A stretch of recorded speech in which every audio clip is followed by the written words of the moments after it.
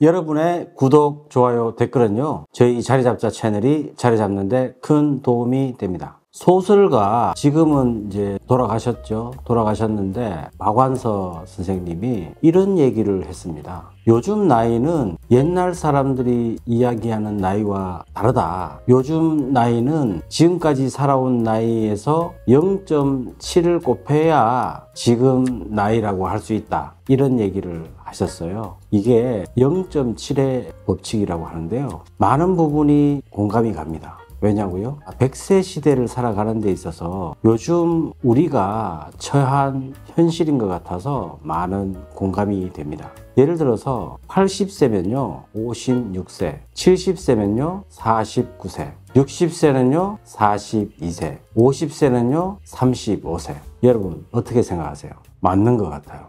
지금 우리가 대부분이 100세 시대 얘기를 하지만 많은 사람들이 50대 초반이면은 현업에서 물러나야 되는 그런 시기잖아요. 그래서 이 퇴직이라는 게 결국은 옛날로 따지면은 60세 정년이다. 그럼 이 정년이라는 개념은 뭔가 이 60세 환갑 한 바퀴 돌았다는 거잖아요. 한 바퀴 돌았기 때문에 이제 가야 된다. 뭐 이런 생각을 이제 자연스럽게 이렇게 하게 되는데 이 100세 시대는 그렇지 않은 거예요. 지금까지 20년, 30년 열심히 살아왔지만 앞으로 그 시간만큼 더 살아야 되는 게 이 100세 시대라는 거거든요. 그래서 이 박완서 선생님의 0.7의 법칙은 우리가 100세 시대를 살아가는 데 있어서 나이 환산법으로 아주 적절한 것 같습니다. 미국 시카고 대학 뉴 같은 교수는요, 처음으로 young old라는 용어를 썼는데요. 이 young old 세대는 55세부터 75세까지로 젊은 노인이라는 뜻입니다. 이 뉴 같은 교수는요, 오늘의 노인은 어제의 노인과 다르다며 액티브 시니어라고 일컫기도 했는데요. 그는 75세에서 85세를 올드, 85세 이상을 올디스트 이렇게 구분하고 있습니다. 그래서 이 뉴 같은 교수가 얘기했던 구분도 마찬가지로 이 100세 시대에 55세에서 75세까지는 young old라는 겁니다. 이 젊은 노인, young old라는 게 젊은 노인이라는 건데 이 젊은 노인이 넘쳐나는 요즘 분명히 75세에서 85세의 이 old 그리고 85세 이상의 올디스트 이 세대와는 분명히 구분이 되어야 되는 것입니다. 이 구분이 되는 가장 큰 특징은요, 첫째가 의료 수준의 발달과 영양 상태의 호전 이렇게 특징을 잡을 수가 있는데요. 요즘은 정말 많은 분들이 웬만한 병들은 초기에 다 이렇게 발견을 하죠. 건강검진을 거의 뭐 1년, 2년에 한 번씩 받으시니까. 그리고 워낙 또 잘 드시잖아요. 그러니까 이제 건강에 좋은 음식들을 골라서 많이 드시니까 이 영양 상태가 굉장히 좋은 거예요.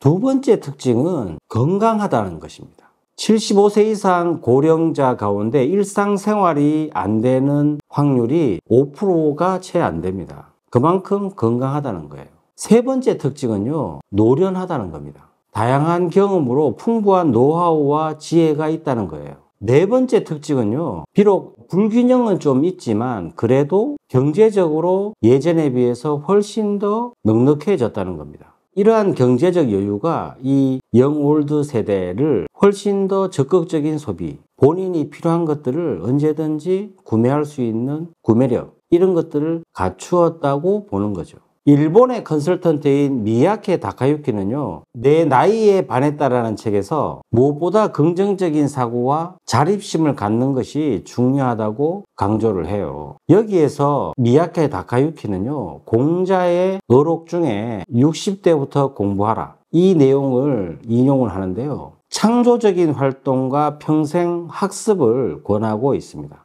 그는 또한 나이 들면서 실수하기 쉬운 말들을 자제를 하고 남들이 하는 얘기를 그냥 듣는 hear에서 경청하는, listen하는 그런 자세로 바꿔야 된다는 것입니다. 늘 배우는 자세로 임하라는 거예요. 늘 제가 100세의 모델로 김영석 교수님 소개를 하는데요. 그분도 이렇게 얘기합니다. 직장에서 정년퇴직을 한 후 무슨 일을 하더라도 70세까지는 일을 한다. 이런 각오로 일해야 된다는 거예요. 그리고 이분은 그 일을 통해서 다른 사람들에게 폐를 끼치지 않고 자기 재산을 만들어 두어야 된다는 거예요. 그분의 건강 비결은 다른 데 있지 않고 늘 자기가 좋아하는 일을 한다는 거예요. 일 속에서 건강을 유지한다는 겁니다. 그러면서 일하려고 노력하면 절대 늙지 않는다는 것입니다. 슈퍼 센테니얼 시대, 나이가 많다고 이 나이에 뭘 하면서 뒷방으로 찾아서 들어가면 안 된다는 겁니다. 이 나이에 뭘이 아니라 이 나이가 어때서 이렇게 바꿔야 된다는 거예요.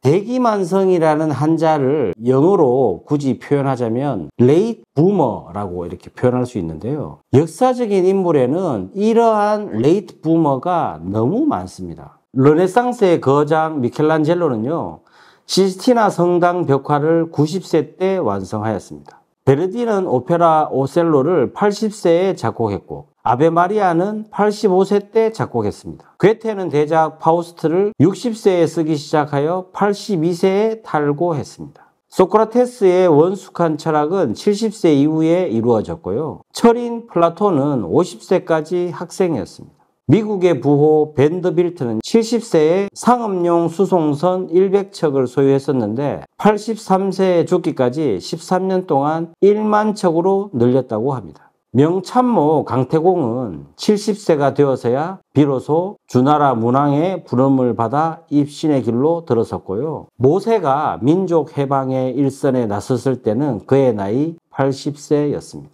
슈퍼 센테니얼 시대, 우리가 늘 발상의 전환 말씀드리지만 0.7의 법칙, 이미 70이라도 49세인 거예요. 80이라도 56세밖에 안 되는 거예요.